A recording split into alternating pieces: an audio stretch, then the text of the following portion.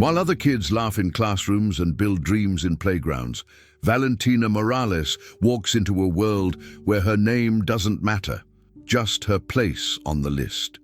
At Whitmore Tech's grand experiment to mix rich and poor, she's invisible.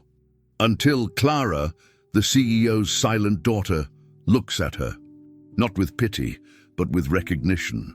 In a world built to keep them apart, two girls find a way to speak without words. But when a lie threatens to destroy everything, one of them must break a silence that has lasted her whole life. Will anyone listen when the truth has no voice? Stay until the end. This isn't just a story about class. It's about courage, friendship, and the moment someone finally decides to see. Valentina Morales tightened her grip on her mother's hand as they stepped through the sleek steel gates of Whitmore Tech. Her backpack tugged heavily at her shoulders, partly from the weight of books, but mostly from the weight of unfamiliarity. Sophia, her mother, walked briskly beside her, dressed in the muted uniform she always wore when entering this world. Plain navy slacks, a buttoned blouse, hair pulled tightly back. A clipboard-wielding intern scanned a tablet and gestured without looking up. "Children to the left. Parents this way, please," she said. Sophia gave Valentina's hand a final squeeze and tried to smile, but her eyes gave away the worry she couldn't name. Valentina stood for a moment, unsure, until another child brushed past her with an expensive backpack and an air of practiced confidence. No one called her name, no one noticed her pause. She walked toward the group already feeling behind. Rows of neatly labeled cubbies lined the hallway. She looked for her name. It wasn't there. A volunteer checked her clipboard. "You're Morales, right?" No first name, no smile. "Yeah," Valentina muttered. She forced herself to keep walking, holding her shoulders straight like her mother had taught her. She wasn't going to cry. Not on the first day. Upstairs, behind tinted glass and a security-coded door, Clara Whitmore stood barefoot on the edge of a reading bench, her forehead pressed to the window as she watched the children gather below. Her nanny was in the other room, scrolling on her phone, oblivious. Clara recognized some of the kids, sons and daughters of other executives who appeared at parties her father hosted, kids who talked too loudly and never looked at her directly. Then her eyes settled on one face, the girl with the long black braid, the girl from downstairs. Clara had seen her before, many times, following her mother through the hallways of their house, sometimes carrying folded towels or helping set the table. She remembered once watching the girl whisper something funny to the housekeeper, then stifle a laugh behind her hand. But now, standing alone among strangers, that same girl looked like someone Clara didn't quite recognize. Her backpack hung lopsided. Her shoes looked a bit too small. Her mouth was set in that way Clara understood too well. A straight, stubborn line that said, "Don't let it show." Clara knew that line. She wore it often. With her fingers pressed softly against the glass, Clara followed the girl with her eyes as she was ushered into the hallway with the other children, unnoticed. The buzz in the welcome lounge felt like static to Valentina. The conversations floated above her, full of strange terms. Accelerator, equity, startup potential. A boy beside her, wearing a blazer and sneakers that lit up when he moved, asked if her parents were in legal or finance. She blinked. "My mum's a housekeeper," she said plainly. The boy squinted like she'd spoken another language, then turned to someone else. Valentina wandered toward the activity table, but hovered just outside the circle. Everyone seemed to know someone already. A volunteer with a perfect ponytail handed out name tags. Valentina held hers and noticed the handwriting, V. Morales. Sharpie on sticker. The other kids had typed labels with pronouns and club affiliations. She stuck it on her shirt anyway. At least it was something. When the activities began, they were divided into small groups. Valentina was paired with kids who didn't even glance at her. One girl rolled her eyes when Valentina asked where the bathroom was. "You're not supposed to leave the group," she said, like a warning. Valentina walked with the group, but she didn't speak. She began to notice that silence, when it lasted long enough, made her invisible. And somehow, that made things easier. From the upper floor, Clara watched each group be assigned their spaces. She didn't join hers. She never did. Her father told the staff not to pressure her. "She'll engage when she's ready," he'd say, like Clara was a defective device that just needed rebooting. No one asked Clara if she wanted to be there. Her presence was symbolic, proof that Richard Whitmore's daughter was just another participant, like the other kids. But Clara knew better. The only reason she was there was because her father wanted the media to see her in the photos. And yet none of the cameras were ever pointed at her when she wasn't smiling, so she had learned not to smile, not when they were watching. But now, as she watched the girl with the long braid sit at the edge of a robotics table, fidgeting with the strap of her backpack and pretending not to care, something stirred in Clara. Not pity, not curiosity, recognition. She didn't know the girl's name, but she knew what that kind of alone felt like. She pressed her fingers against the glass again. Something about the silence between them felt familiar and safe. Downstairs, the morning unfolded in scheduled bursts. Orientation, group introductions, icebreaker games. Valentina did what was expected. She answered questions with short sentences. She smiled when spoken to, even if the words didn't really reach her. At lunchtime, she sat on the edge of a bench, opening the reusable container her mom had packed. Arroz con pollo, slightly warm. The smell stood out. A boy made a face. "You! What's that?" She closed the lid slowly and said nothing. Instead, she watched the kids eating kale chips and yogurt parfaits from branded bento boxes, trying to decode what made them so sure of themselves. Across the courtyard, behind the tinted glass, she caught a flicker of movement. The same girl, pale, thin, dressed in light blue, was still watching. For a brief second, their eyes met. It wasn't long, just long enough for something unspoken to pass between them. Valentina looked down, but a small smile threatened to escape. The first real one of the day. Back upstairs, Clara stepped away from the window.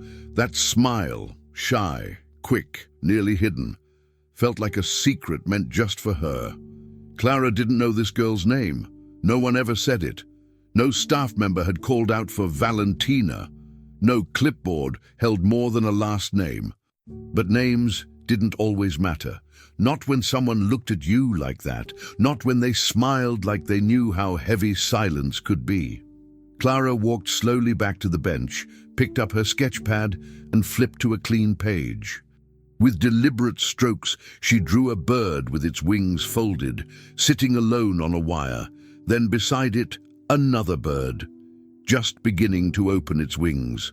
She stared at it for a while. Then she wrote at the bottom corner, in her careful block letters, VM. For the first time all day, Clara didn't feel entirely alone, and neither did Valentina. A single glance had built the beginning of something that neither of them had words for yet, but both of them understood completely. Clara always chose the same seat, the furthest one in the back, next to the shelf with untouched books and outdated trophies. She slipped into the chair silently each morning, pulling her hoodie over her head, even though no one ever made her take it off. The headphones she wore weren't even plugged in anymore, but they gave her just enough of a barrier to keep people from trying. In her lap was the one thing she always carried, a spiral sketchbook with worn corners and fingerprints on the cover. Every page inside held something only she understood, birds mostly drawn in detail, sometimes inside cages, sometimes falling, sometimes trying to fly. No one had ever asked about them, not even her teachers. She was present but invisible, her name spoken only during roll call and forgotten seconds later. She preferred it that way. Until today, because today someone had walked into the room with shoes that squeaked and eyes that looked like they had something to prove. Clara noticed. She always noticed. She always. And when that girl, the housekeeper's daughter, spilled juice on a boy's tablet during the morning break, Clara looked up just for a moment and saw something she recognized: shame without guilt. The reaction had been instant. The boy gasped theatrically like a performer in a school play, holding up his sticky tablet with both hands. "Seriously?" he barked, loud enough to draw attention. The other kids turned. Laughter trickled out from the braver ones. The adults didn't step in. Not really. One of the volunteers gave a lazy shrug and tossed Valentina a handful of napkins. "Be careful next time," she muttered, before turning back to her clipboard. Valentina bent to clean the mess, her hands quick but shaking slightly. Her eyes didn't meet anyone's. She finished wiping and muttered a soft sorry, even though she hadn't done anything wrong. The boy rolled his eyes, clicked his tongue, and walked off. That was it. No one asked if she was okay. No one offered her help. And so, when the next break came, she slipped away from the noisy group games and headed outside through the side doors, breathing harder than she meant to. Her face burned, and she didn't know if it was from anger or embarrassment. She just needed to be somewhere else. Anywhere else. Behind a patch of hedges near the garden, Valentina finally sat down in the shade, pressing her palms into the dirt to cool off. It was quieter here. Not peaceful, just less sharp. Her fingers found a loose thread on her sleeve, and she twisted it until it nearly snapped. That's when she saw her. Clara, sitting cross-legged on a patch of grass between the shrubs and the edge of the lawn, like she had always belonged there. Clara didn't flinch when Valentina appeared. She didn't ask what had happened. She didn't offer sympathy. She didn't even speak. She just looked at her, eyes soft, mouth neutral, and then, slowly, lifted the sketchbook that rested in her lap. Clara flipped it open, found the page she wanted, and held it out. A bird. Small, detailed, drawn in black ink with fine lines. It sat inside a cage with its wings folded, head turned downward. Valentina stared at it for a moment. Then she reached for her own notebook, one she always carried, though usually for writing, not drawing. She flipped to a blank page, pulled a pen from her pocket, and began to sketch. Her hand moved hesitantly at first. She wasn't an artist, but she remembered how birds looked. Her abuela had had a canary once, and she used to sit with it by the window, watching its wings twitch in the sunlight. Valentina drew the same bird now, but not inside a cage. Hers stood on a branch, wings open, beak wide as if mid-song. The lines weren't clean like Clara's, but there was something alive in it, something defiant. When she was done, she tore the page from her notebook and placed it gently next to Clara's, letting the paper rest against the grass between them. They both looked at the two birds for a long moment, one trapped, the other free. They didn't speak. They didn't have to. Clara's lips twitched, just the faintest movement, but enough to mark the moment. It was a smile, small, almost fragile, but real. Valentina looked back down at the sketches and let out a slow breath she hadn't realized she was holding. The silence between them wasn't awkward. It was warm, full. A shared language, even if they hadn't named it yet. Clara picked up both drawings and tucked them carefully into the back pocket of her sketchbook. She didn't say thank you, she didn't nod, but her hands moved with reverence, and Valentina understood that was enough. Then Clara gestured with her finger, a slow motion curling toward herself, inviting Valentina to sit beside her. And so she did. They sat there for several minutes, knees almost touching, their bodies relaxed in that rare kind of silence that doesn't need to be filled. Clara began to draw again, this time glancing at Valentina every few strokes, as if checking that she was still there. Valentina didn't mind. She liked being seen like this, not judged, not labeled, just noticed, accepted. When the bell rang in the distance, signaling the next rotation, neither of them moved, not right away. Clara looked down at the page she had started, a drawing of two birds now, flying in opposite directions, but on the same page. She didn't tear it out. She closed the sketchbook gently and held it close. When they finally stood, it was without words. Clara led the way back toward the building, her shoulders slightly straighter, her steps more purposeful than they had been earlier. Valentina followed, still holding her own notebook, thumb brushing against the edge where the page had been torn. They didn't speak, but something had shifted between them, something that made the walk back feel different from the one out. Inside the room, the groups were already forming again, clusters of familiar names and polished smiles. Clara returned to her seat in the back, her headphones still unplugged, her sketchbook safe on her lap. Valentina sat one row ahead this time, close enough to feel the nearness. As the volunteer droned on about the next activity, neither girl looked up. But every now and then, Clara's hand would move, sketching softly while Valentina, still smiling faintly, scribbled words in the margins of her notebook. A caged bird. A free one. Two girls in the same room. And just like that, the iron bars of silence and difference began to rust. Very slowly, but undeniably, the cage began to give. By the third day, Clara and Valentina no longer needed introductions or excuses to sit together. They met during every break without arranging to, always gravitating toward the same spot, under the narrow tree near the edge of the garden wall. It wasn't claimed by any group. It wasn't supervised.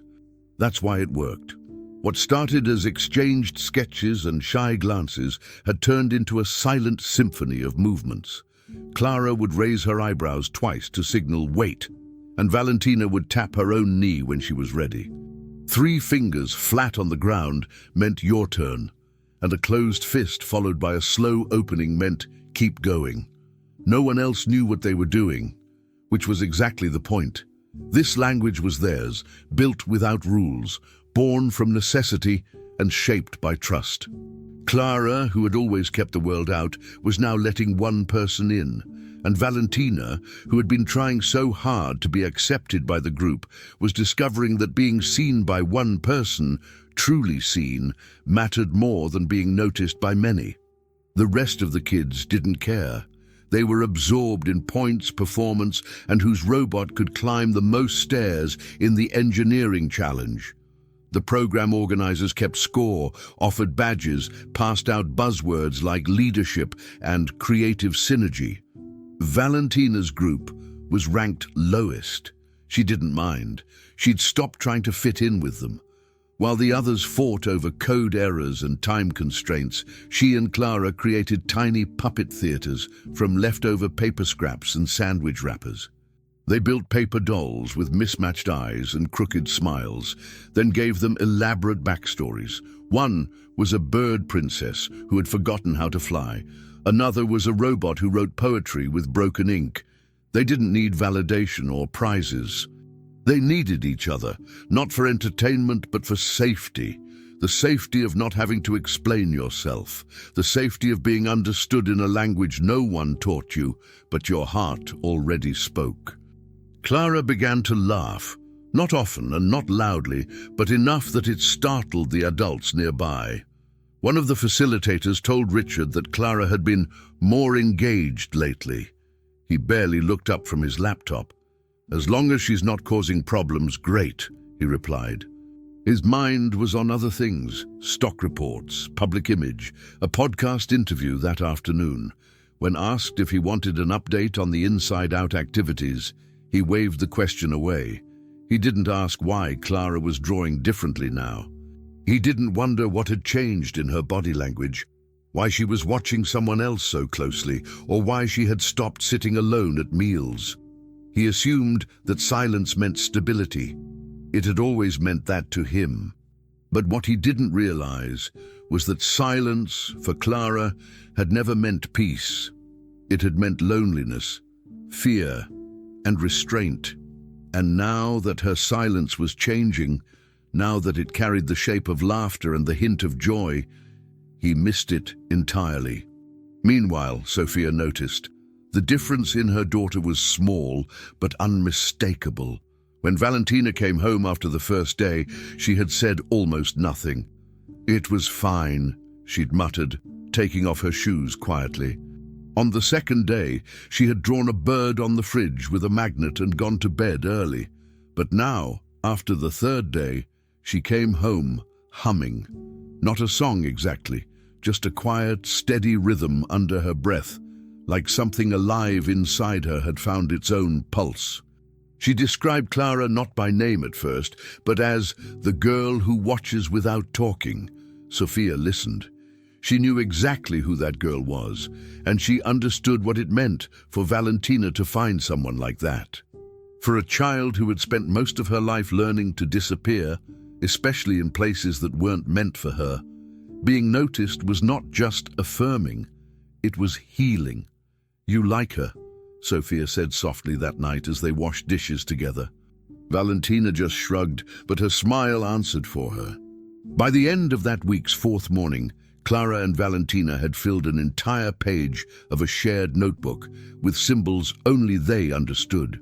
A squiggle meant secret. A triangle inside a circle meant remember. A half-drawn heart meant almost. They didn't call it a language, but that's what it was. A language of survival, of softness in a place that expected sharpness. Other kids called them weird.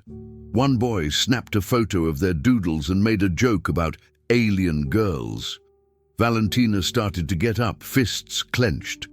But Clara gently tapped her palm twice, their signal for let it go. Valentina sat back down. That moment mattered. Clara wasn't just learning how to trust, she was learning how to protect.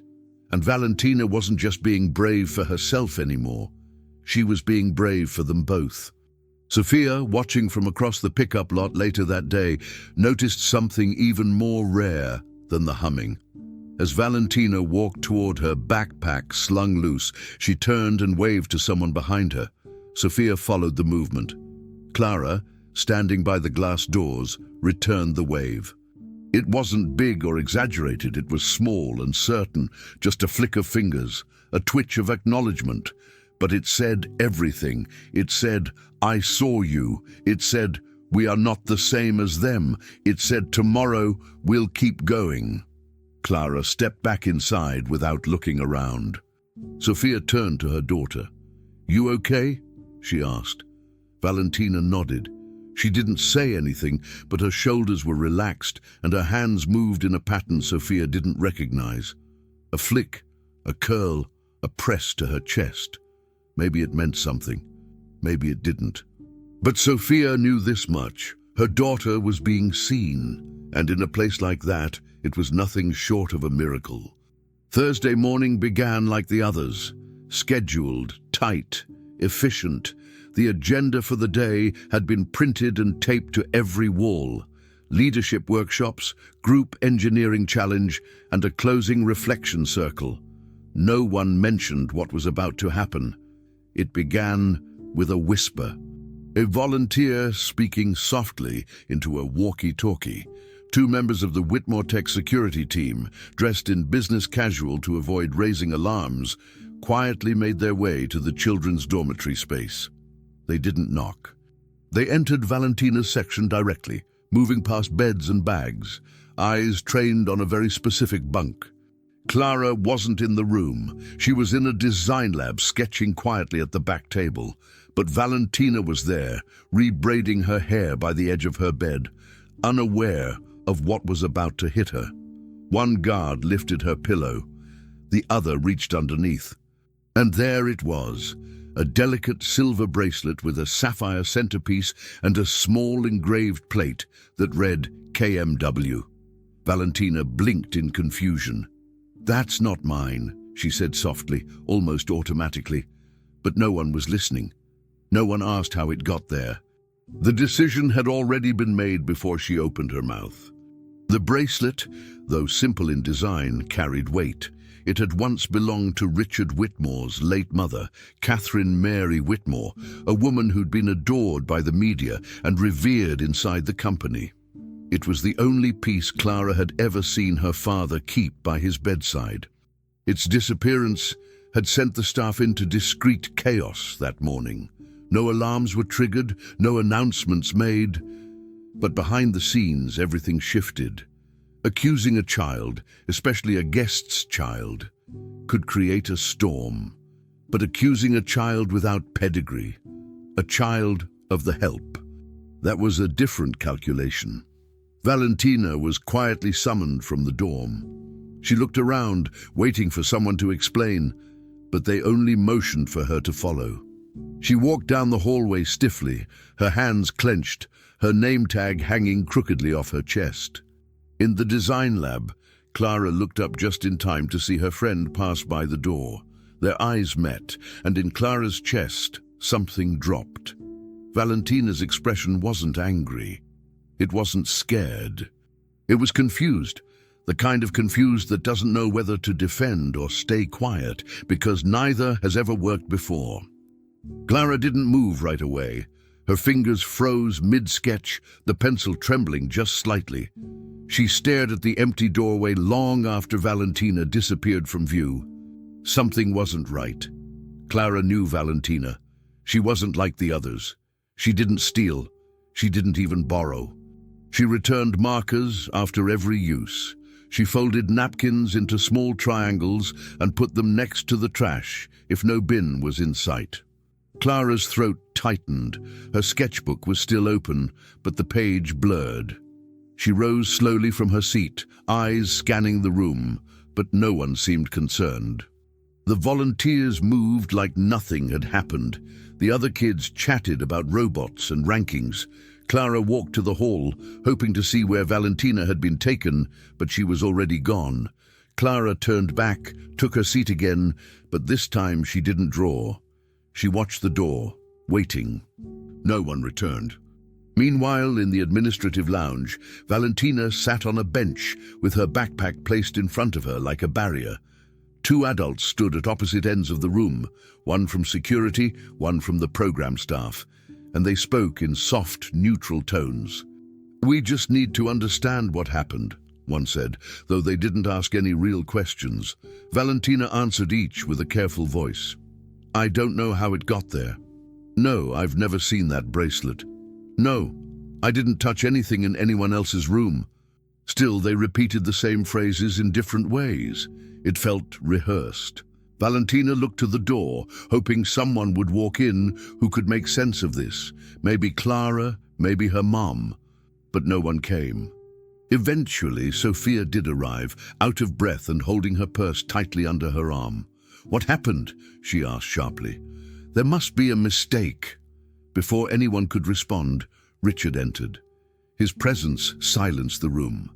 He looked at Valentina, then at Sophia, and with a raised hand, small, almost subtle, he gestured for her to say nothing. She closed her mouth, but her eyes burned. Richard didn't raise his voice. He didn't scold. He didn't accuse. He simply said, "Let's keep this contained," to the staff, and turned to Sophia with a strained expression. "We'll handle it discreetly. I don't want to make this into something bigger than it needs to be." His tone was firm, final. Valentina looked up at him and saw nothing in his face. No anger, no curiosity, just inconvenience. She wasn't a girl in front of him. She was a problem to be solved quietly. Sophia opened her mouth again, but Richard's gaze warned her. Not now. Not here. Clara had once heard her father use that exact tone on investors, right before crushing a merger. Valentina was quietly escorted out of the lounge and told to wait in another room until her mother finished speaking with Mr. Whitmore. No one offered her a drink. No one told her what came next. She just sat in a plastic chair, tracing the hem of her sleeve with a fingertip and trying not to cry. Back in the design lab, Clara still hadn't picked up her pencil. Her world, once full of stillness she could control, now felt like it had been invaded. A girl had walked into her life and brought color, signs, meaning. And now that same girl was being pulled out of it, accused of something she would never do, and no one was fighting for her. Not the volunteers, not the staff, not even the father who ran the whole place. Clara knew better than to run into the hallway. She knew how things worked. Her words wouldn't be heard, even if she had the courage to form them. But something inside her cracked, not with rage, with fear. For the first time in years, Clara wasn't afraid of being ignored. She was afraid of what happened when people like Valentina were. When a girl who meant something could be erased in a second. Clara watched the door again, willing it to open, but it didn't. She sat perfectly still, sketchbook in her lap, hands frozen. And in her chest, a deep, wordless ache grew. Not for herself, but for her friend, who was being silenced by a world that never learned to listen. Clara hadn't slept, not truly. She'd closed her eyes and pretended to sleep, but her mind had played the same memory on repeat. Valentina being led away, confused, humiliated, not even given the dignity of a clear explanation. Every time Clara tried to draw, her hand froze halfway to the page. Her lines trembled. Her usual comfort had become a weight. She had flipped through her sketchbook over and over, searching for something that felt safe, but all she could see were images of cages. Too many birds behind bars. The final day had arrived. The closing ceremony was scheduled for the afternoon, meant to be a celebration of innovation, growth, and inclusion. Clara wanted to scream at the word. The halls were lined with posters that featured smiling faces, none of them Valentina's. Richard was to give a speech about the success of the Inside Out initiative. The media was invited. Parents of executives and board members were arriving in polished cars, smiling as if nothing was broken. But something was. Clara knew it, and the weight of that truth sat in her chest like a brick. So while the staff rehearsed logistics and technicians tested microphones, Clara quietly made a sign. She didn't tell anyone. She didn't ask for permission. Using a thick black marker, she wrote the words in capital letters, her handwriting uneven and rushed. She didn't do it. No flourishes, no drawings, just truth. The poster board was crooked, bent at one corner, but she held it with both hands like a shield. As people gathered in the main hall, Clara sat near the front, her sketchbook tucked beneath her chair. Her heart was pounding in her ears, but she didn't back down. When the first speaker took the stage and introduced the event with polished corporate enthusiasm, Clara stood. No one noticed at first. She was small, quiet, easy to ignore. But as she made her way down the central aisle toward the platform, holding the sign high, people began to turn. A few chuckled. One parent whispered, "Is this part of the show?" Clara stepped onto the stage, past the speaker, who froze mid-sentence. Her hands trembled, but she did not lower them. She turned slowly toward the audience. The laughter faded. The room quieted, unsure of what they were witnessing. Richard, seated near the front, stood halfway, his brow furrowed, but Clara didn't look at him. Instead, she began to move. She put down the sign and raised her hands, not to speak in formal sign language, but in the language she and Valentina had built. A palm over the heart, 2 fingers across the mouth, a pointed finger toward the door. Her motions were simple, raw, imperfect. But they were powerful. She mimed a girl placing something on a bed, then another girl walking in, confused, then adults pointing, hands wagging, turning away. Clara then took out a small notebook and held up a drawing. The exact scene from her memory, Valentina, shocked, standing beside a bed with the bracelet lying beneath her pillow. Her next gesture was slower. She pointed to the audience, then to the drawing, then crossed her arms across her chest in the motion she and Valentina used for lie. Her lips were pressed together tightly, her eyes burning. Some in the audience murmured. A technician backstage fumbled with a walkie-talkie.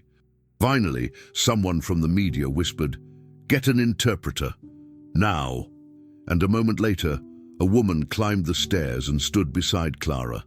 Clara turned to her and began again, this time slower, clearer, using the signs she had practiced in secret. The interpreter watched closely, then looked to the audience and began to speak, her voice trembling slightly.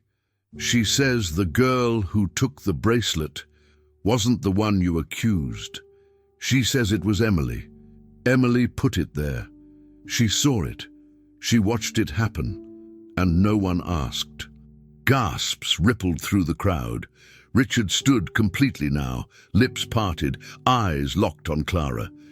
The interpreter continued, "She says, if someone had listened, if someone had asked, maybe none of this would have happened." Clara's hands moved again, more forcefully. The interpreter's voice shook as she translated.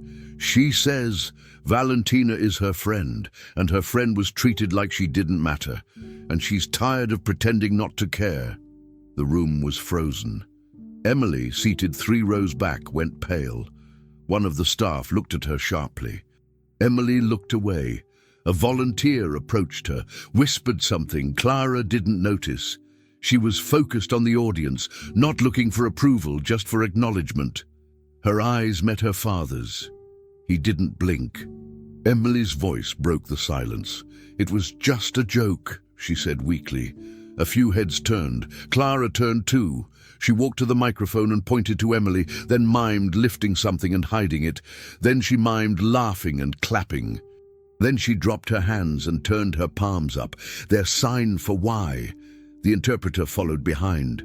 "She says, a joke is supposed to be funny. That wasn't a joke. That was cruelty." Emily's father put a hand on her shoulder, trying to hush her, but it was too late. The room had turned. Clara didn't stay to hear the rest. She picked up her crooked sign and walked back down the stairs, past frozen adults and stunned children, all watching as a girl who hadn't spoken in days told the truth louder than any microphone ever could. As she reached the aisle, she stopped for a second, her eyes meeting Sophia's across the room. Sophia gave a single nod, her eyes wet. Clara nodded back. Then she turned and kept walking. As the crowd slowly began to stir, whispers turning into conversations, discomfort turning into confrontation, Richard remained seated. The program director approached him cautiously, asking if they should cancel the rest of the ceremony. He didn't answer. He was still staring at the stage where his daughter had just stood. His daughter, who hadn't spoken to him in weeks. His daughter, who just tore down a wall he didn't even know existed. But Clara didn't wait for his approval. She returned to her seat, sat down, and opened her sketchbook again. This time, she drew 2 girls standing back to back, holding a sign between them. At the bottom of the page, she wrote one line, "If I could speak now, why didn't you ask before?" Richard Whitmore stood at the edge of the now silent auditorium, watching people trickle out in uneasy clusters. The ceremony had ended in a way no one had rehearsed, and certainly not in a way any press officer could spin quickly. His daughter had stood on stage, with no microphone, no pre-approved remarks, and dismantled not just the event, but something far deeper. He hadn't moved during her performance. Not when she raised that crude sign. Not when she pointed to Emily. Not even when the interpreter, with a voice that trembled but didn't hesitate, translated the accusation that came with it. His hands had remained locked behind his back, his jaw clenched, the CEO mask fused tightly to his face. But now, as the room emptied, that mask began to crack. He had built his world around precision, numbers, metrics, outcomes, control, and in front of hundreds of people, his daughter had slipped through his fingers like water. Not because she had spoken too loudly, but because for years he had refused to hear the quiet. He was praised in business circles for his clarity, for being the kind of leader who could hear between the lines. Investors said Richard had instinct, that he could listen to a pitch for 2 minutes and know exactly what was missing, that he had a 6th sense for risk. And maybe that was true, in boardrooms, across conference tables, but when it came to the child who shared his last name, who lived in his house, ate his food, and passed him in hallways filled with silence, he had no instincts at all. He had mistaken quiet for comfort, distance for independence, and nods for understanding. Clara never complained, and to him that had been enough. He thought the absence of words was a kind of peace. But now, after watching her say more with gestures and drawings than she ever had with her voice, he realized it had never been peace. It had been loneliness. He had spent years polishing the outside world, crafting a family image that fit neatly beside his success, while his daughter had been silently aching for something far more basic: acknowledgement. Backstage, after the ceremony, a staff member handed him a folder containing press talking points. "We can get ahead of it," she said.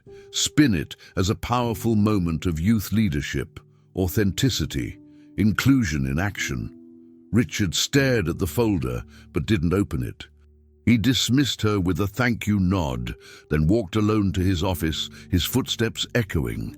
He closed the door, leaned against it, and for the first time in months, maybe years, allowed the weight to press into his chest. Clara had communicated with an interpreter in front of a crowd of strangers. He hadn't even known she could do that. He hadn't known she wanted to. All the money he'd donated to accessibility causes, all the PR campaigns with glossy photos of ramps and braille menus. It had all been a shell around a hollow center, and at that center was a girl who had been shouting in silence while he applauded himself for creating opportunities. A girl who had never signed a single word to him, not because she couldn't, but because he never asked her to. He sat at his desk and looked around the office he had designed himself. Every object told a story: the framed quote from his mother, the awards, the polished photograph of him shaking hands with a senator. But none of it mattered. Not in this moment. He opened his drawer and pulled out the old bracelet, the one that had set the entire unraveling in motion. It was back in his possession now, after Emily's confession. No scratches, no damage. Still beautiful, still worthless in the ways that mattered most. He held it in his palm, remembering how he used to let Clara play with it when she was little. She would turn it in her fingers for hours, fascinated by the sapphire's gleam. He'd taken that away when his wife died. Not the bracelet, the connection, the softness, the space to be vulnerable. He had retreated into control. And now, the only part of Clara he truly understood had been handed to him through the voice of a stranger on a stage he never intended to share. There were no cameras now, no curated photos, no one to perform for. So when the tears came, Richard let them. He didn't try to stifle them. He leaned forward, elbows on his knees, head in his hands, and cried, not from guilt alone, but from grief. Grief for the years he couldn't get back. Grief for the words he never invited, for the drawings he never asked to see. He cried for the little girl who used to wait at the bottom of the stairs for him to come home, holding up pieces of paper she couldn't explain. And he cried because he had never looked closely enough to realize they were more than doodles. They were messages. That was what shattered him most. He hadn't just missed the moment Clara began to pull away. He had been the reason she did. When he finally sat up, the light in the room had shifted. He wiped his face with both hands, took a deep breath, and stood slowly. The office felt different now, not heavier, but hollow, as if something inside him had been scraped clean. He didn't know how to fix things, not yet. But he knew one thing with certainty. Silence was not neutral. It never had been, and from this moment on, he would not confuse quiet with consent, or peace, or love. As he turned off the lights and stepped out of the room, alone, Richard Whitmore carried the weight of something heavier than public shame. He carried the ache of recognition, the kind that doesn't fade overnight. The kind that forces a man to admit, if only to himself, that he has spent his entire life listening to everyone, except the one voice that mattered most. Richard hadn't made an appointment. The school's name had been passed to him on a folded piece of paper by the interpreter after the ceremony, scribbled in blue ink, underlined once. He'd kept it in his wallet for 4 days before gathering the nerve to call. When he finally did, his voice was formal but softer than usual. He explained who he was, what had happened. The woman on the other end paused for a long time before responding. "You're Clara's father?" she asked gently. "Not Mr. Whitmore, not the CEO, just Clara's father." He said yes. She told him he was welcome to visit any day that week. No press, no cameras, just come. And so, early on a quiet Tuesday morning, Richard arrived, hands buried in his coat pockets, unsure of what to expect. He wasn't greeted with ceremony or applause.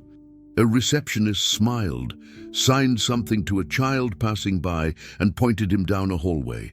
That was it. No one cared about his name. What mattered here wasn't spoken. It was seen. He was taken on a short tour by the school's director, Ms. Halley, a woman with calm eyes and decades of presence in her posture. She didn't talk much. She let him observe.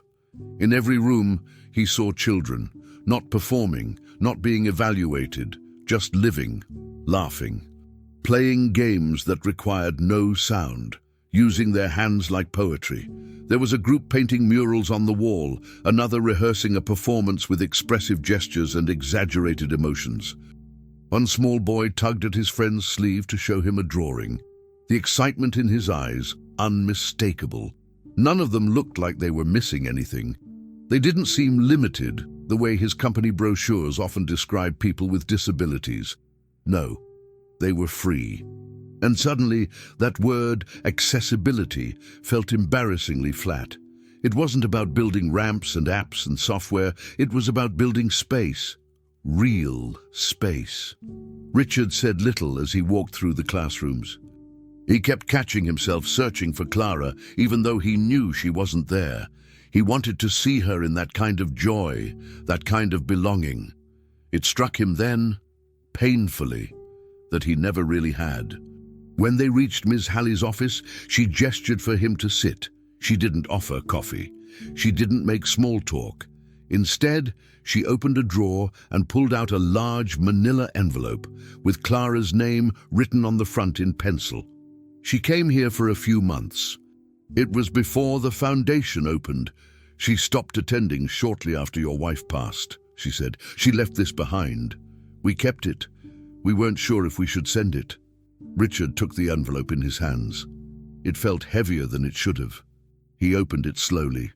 Inside were pages and pages of drawings, some done in color, others in dark pencil, etched so deeply the paper had warped.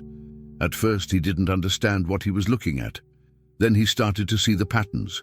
Birds, dozens of them, some flying, some silent, some with broken wings, some caged.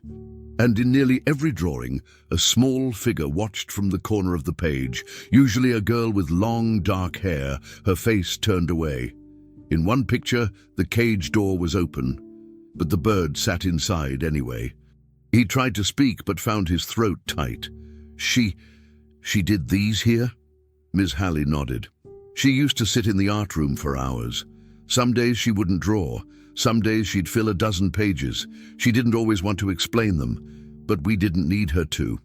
Richard kept flipping through the pages. One stopped him cold, a large black bird with wide wings flying across a grey sky. The bird's mouth was open, but the speech bubble coming from it was filled with scribbles, not words. In the corner, the girl figure stood with her hands over her ears. It wasn't just loneliness Clara had been drawing, it was pain, and for the first time he realized that she hadn't been silent by nature. She had been silenced by his absence. He had left her in that space of confusion after her mother's death, and filled it with tutors, structure, technology, everything but himself. And Clara had taken all of it and drawn her way through it, quietly hoping someone might look. He had never asked. And now here it was in his lap, undeniable. When he stood to leave, he held the envelope like something sacred. Miss Halley didn't follow him to the door. She simply signed, "Thank you for coming," and returned to her work. Richard nodded, but didn't trust himself to speak. On the drive home, he didn't play music or take calls. He kept the envelope on the seat beside him, glancing at it every so often, like it might disappear. His mind replayed Clara's performance on stage, her trembling hands, her drawings held high like a final act of defiance. But this envelope wasn't defiance. It was documentation. Proof that she had always been trying to say something, that she had always been waiting. And now the weight of her silence pressed into him more fully than any boardroom pressure ever had. He hadn't just failed to hear, he had trained himself not to listen. That night, he sat in Clara's room while she slept. He didn't turn on the light, he didn't speak. He just sat in the chair by her desk, flipping through the drawings again, page by page. Clara stirred once, but didn't wake. She turned in her bed and tucked the blanket tighter around her shoulders. Richard watched her, really watched her, and felt for the first time in years like a father who needed to begin again, not with grand gestures, not with expensive tutors, but with presence, with questions, with the willingness to let her teach him how to see her, the way she had always tried to. As the sky began to lighten outside, Richard finally stood, gently tucked the drawings back into the envelope, and left the room with a silent vow pressed against his ribs. He didn't say it out loud. He didn't need to. The promise was already there, folded between the pages of a sketchbook full of birds. The days after the ceremony moved slowly, as if the world had paused to catch its breath. The Inside Out project was suspended for evaluation, according to the official statement. No one admitted fault. No one named names. But the photographs had already circulated, and Clara's moment on stage had burned its way into the company's image, not as a scandal, but as a reckoning. In the silence that followed, something unexpected happened. Clara and Valentina began to see each other outside the corporate structure, not through programming or arranged playdates, but on their own terms. Weekends in the attic, paint-stained fingers, and soft laughter that no one else heard. Richard had quietly asked Sophia if Valentina would like to come over sometimes, just to spend time with Clara. Sophia had hesitated, wary, but Valentina had said yes before she could object. Not because the house was grand, or because the offer came from someone powerful, but because Clara was there. Clara, who had waited in silence just as she had. Clara, who had stood up for her when no one else did. The bond between them no longer needed justification, it simply was. They began painting the window in the attic on a whim. It had started with a joke. Clara had drawn a bird on the fogged-up glass one morning with her finger, and Valentina, laughing, had added wings to it. The next week, Sophia brought them a set of washable window paints from a discount store, and that was all the permission they needed. Soon, the attic window transformed into a mural of stories, told in color and shape. A tree growing hands instead of branches, a sun with a face half smiling and half crying, birds with houses on their backs, and two girls riding the wind. Every stroke was a sentence. Every shared glance between them was a chapter. They didn't talk much while they painted. They didn't need to. Clara signed things here and there. Valentina responded with nods, gestures, and improvised symbols. They filled the silence without breaking it. And in this shared act of creation, Clara glowed in a way Sophia had never seen before, not even when her mother was alive. It wasn't just happiness. It was ownership. It was freedom. Sophia watched them from the stairwell sometimes, quietly wiping her hands on her apron, pretending to be busy. But her heart tugged every time she heard Clara's soft breath of laughter or saw Valentina's shoulders drop in calm. It wasn't just that they were friends. It was that they had built something where the rules were their own, where the world outside with its labels and lines didn't matter. In that room, Clara wasn't the CEO's daughter. Valentina wasn't the housekeeper's kid. There were no titles, no roles. Just two girls who had chosen to see each other, Sophia felt something crack in her too, a quiet realization that this space, however fragile, had given both girls something school and structure never had. A mirror that didn't distort. She didn't interrupt. She didn't advise.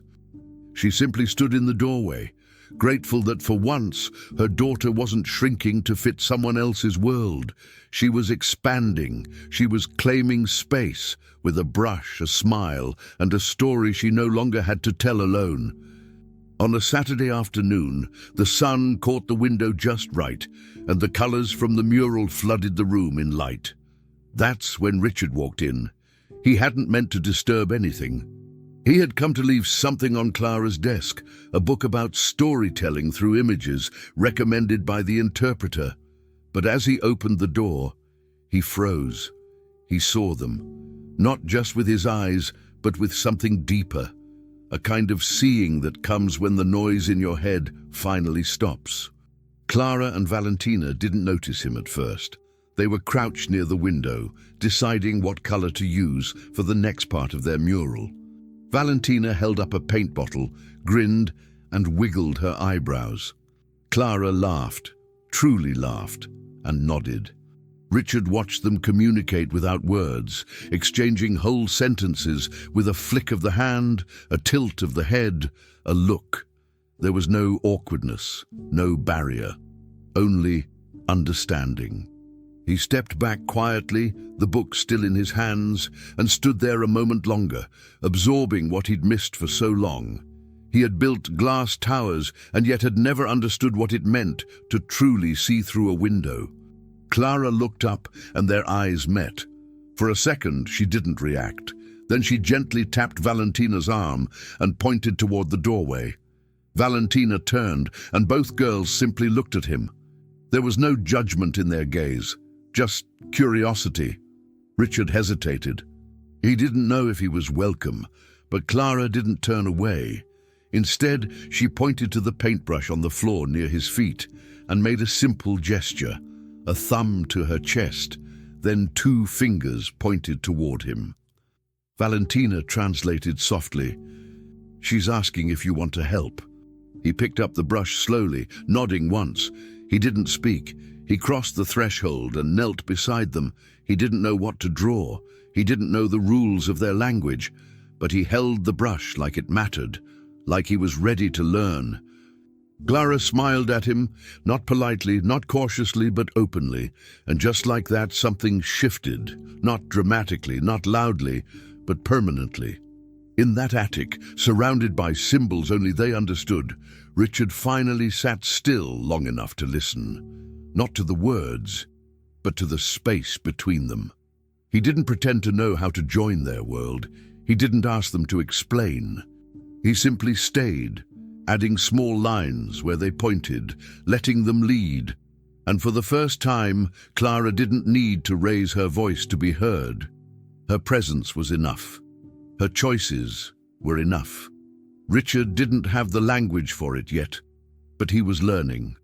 Stroke by stroke, gesture by gesture, story by story.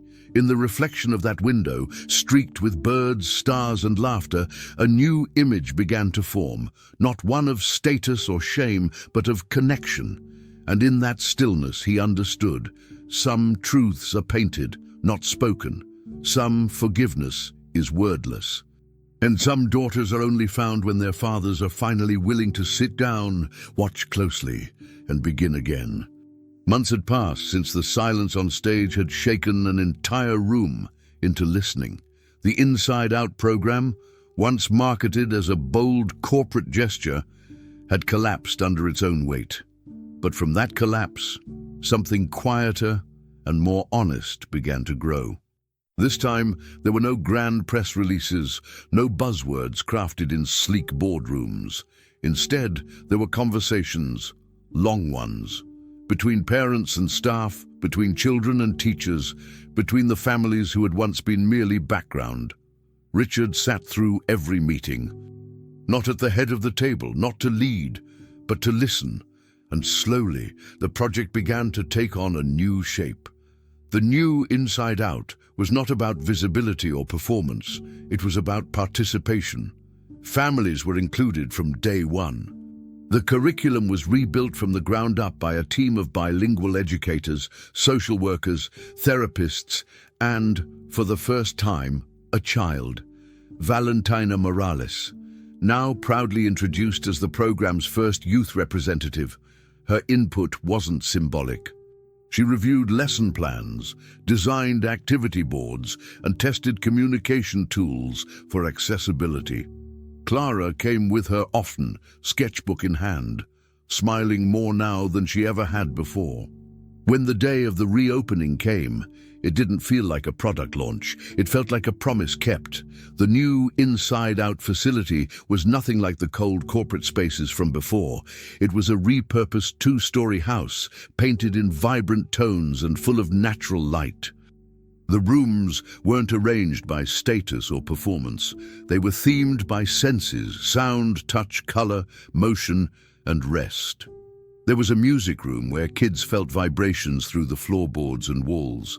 A library with braille books, textured walls, and quiet nooks.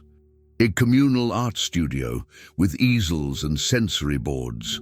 Clara had helped design the mural on the outer wall, an enormous tree whose branches were hands stretching toward a sky filled with paper birds. At the opening ceremony, it wasn't Richard who took the microphone first. It was Clara. She stood beside Valentina, who held the cue cards. Clara introduced the space using American Sign Language, slowly but confidently, pausing after each phrase so Valentina could echo her words out loud. "Welcome," Clara signed. "This place is for everyone," especially the ones who were never asked to speak. The crowd applauded, but the energy was gentle, not the forced clapping of a photo op, but the soft swell of something real. Richard had tears in his eyes, though he didn't wipe them away. It was his turn next. He stepped forward awkwardly, taking the stage with a deep breath. The interpreter stood nearby, ready, and Clara watched him carefully, arms crossed, one eyebrow slightly raised, that signature expression that said, "I'm watching. Try." Richard lifted his hand to begin signing. He stumbled almost immediately, switching two fingers and pausing in confusion. Someone in the crowd chuckled, but instead of freezing, Richard looked at Clara. She stepped forward, signed it again, slower this time. He mirrored her. It wasn't perfect, but it was honest. When he finally got it right, she gave him a small, sharp nod of approval. And he laughed, shoulders finally dropping. The room followed suit. For the first time in public, father and daughter communicated in a shared language. It wasn't fluent yet, it wasn't polished, but it was theirs, and that made all the difference. Sophia stood in the back with her arms crossed, holding back a quiet smile. She had seen every version of this man, the boss, the brand, the cold executive who gave orders without raising his voice. And now, here he was, looking like a first grader in his own building, desperately trying to say welcome with his hands, guided by the girl he had once thought too quiet to lead. Next to her, Valentina stood proudly, eyes on Clara, both of them grounded and radiant at once. In this place, they weren't symbols, they weren't cases or exceptions, they were collaborators. When the ribbon was finally cut, it wasn't by an executive, but by a group of students, one blind, one in a wheelchair, one nonverbal, all laughing as they pulled the scissors together. No one gave a speech about inclusion. They didn't need to. The space itself said it all. Clara walked her father through the rooms after the crowd dispersed, pointing to details she had helped design. The visual alert system, the flexible seating, the paint that changed color under heat. Richard followed, listening closely, asking questions, never once checking his phone. When they reached the mural room, Clara traced one of the painted birds with her finger, then turned to him and signed slowly, "Do you see it now?" Richard didn't respond right away. He looked at the mural again, really looked. Then he nodded. "Yes," he said softly, more to himself than to anyone else. "I do." Clara smiled wide and open, and this time it wasn't just forgiveness she offered. It was invitation to keep learning, to keep showing up. By the end of the day, the building was filled not just with activity, but with understanding, not just between children, but between generations. Clara and Richard, once separated by silence, had crossed into something new, not perfect, not easy, but honest. As they stood beneath the mural of outstretched hands and flying birds, Clara reached for her father's palm and placed it over her heart, then pressed hers gently over his. A sign, a sentence, a shared truth. And for the first time, they both understood it without needing to say a word. The mural wasn't just a painting, it was a declaration. Stretched across the main wall of the new Whitmore Tech Children's Center, it told a story without needing a single word. On one side, a bird with wings made of bold, patchy colors soared upward, each feather painted with loving imperfection. On the other, a second bird hovered nearby, but its wings were not wings at all.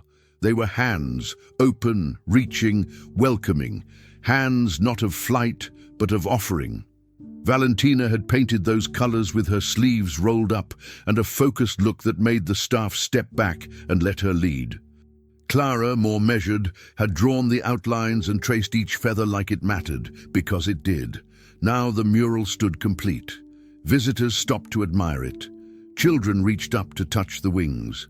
But Richard stood motionless before it, his eyes tracing the strokes as if they were written in a language he was only beginning to understand. He didn't speak. He just stood beside Sofia Morales, who gently held Valentina's hand, the way a mother holds on when she knows something sacred has just happened and doesn't want to break it by saying too much. Richard's breathing was uneven, not from exertion but from restraint. So much of his life had been built on the illusion of control, running a company, shaping narratives, calculating risk. But no spreadsheet had ever prepared him for this. This wall, these children, this quiet transformation. He looked at the mural, then down at Clara, who was standing just a few steps ahead, facing her own artwork like someone who had just laid down a part of their soul in color. She was holding a brush still, as if reluctant to say she was finished. When he crouched next to her, his hands trembled, not from age or weakness, but from something heavier. The understanding that she had been waiting her whole life for him to kneel, not in apology, but in recognition. He reached for her hand, but instead of holding it, he turned it palm up and rested his own beneath it. Then slowly, clumsily, he began to sign. His fingers fumbled slightly, but the message came through. Thank you for teaching me to listen. Clara stared at him for a moment, wide-eyed, as if checking that she hadn't imagined it. And then, just as slowly, she stepped forward. But Clara didn't respond with a sign, nor with a drawing. She didn't pull out her sketchbook or grab another brush. Instead, she did something no one had ever seen her do in a public moment like this. Not her teachers, not the therapists, not even Sophia. Clara wrapped her arms around her father's neck and pulled him into a full embrace. It wasn't awkward, it wasn't shy, it was absolute. It was the kind of hug that didn't need to be explained because it said everything. I saw you try, I saw you change, I forgive you. Richard froze for a second, then closed his eyes and allowed himself to fall into it, the weight of years pressing against his back. He clung to her like he was afraid she'd disappear. But she didn't. She held on. Around them, the room remained respectfully still. Even Valentina, usually expressive and curious, remained quiet, letting her friend have this moment. Sophia watched it all with a kind of stillness that only mothers knew, something between pride and heartbreak and peace. She blinked slowly, once, then smiled. This embrace wasn't just for Richard and Clara, it was for the boy in a wheelchair who had never been invited to a team sport. For the girl who had learned to speak with pictures because no one had waited long enough for her words. For the children who had been underestimated, overlooked, or labeled as exceptions. The mural wasn't art. It was an apology and a beginning. As Richard stood, brushing a tear off his cheek, he looked up again at the mural, those hands, those wings, and saw something new. They weren't two birds. They were one, in motion, transformation mid-flight, a symbol not of difference but of becoming. He looked at Sophia, then at Valentina, then back at Clara, and knew. This wasn't about fixing what had been broken. It was about building something better with the pieces, something honest, something whole. As the crowd slowly began to disperse, Richard took a few steps back, allowing the girls to stand alone before the mural they had created. Clara reached out and touched the painted hands, her fingers hovering over the ones shaped like hers. Valentina came beside her, their shoulders brushing lightly, neither speaking. Their silence wasn't empty. It was fluent, a language built between them, stronger than rules, louder than microphones. Behind them, Sophia stepped away, giving them space. Richard followed her lead. He didn't need to stay in the center anymore. His place was beside those who were willing to lead from the edge. The mural had done what no policy or campaign ever could. It had told the truth. It had pointed to the future. And in doing so, it had quietly asked, "Who are you willing to become to meet the people you've always failed to see?" Clara turned, caught her father's eye and smiled, not with politeness but with full presence. He stepped forward, unsure if he was allowed to enter that space again. She nodded, just once. That was enough.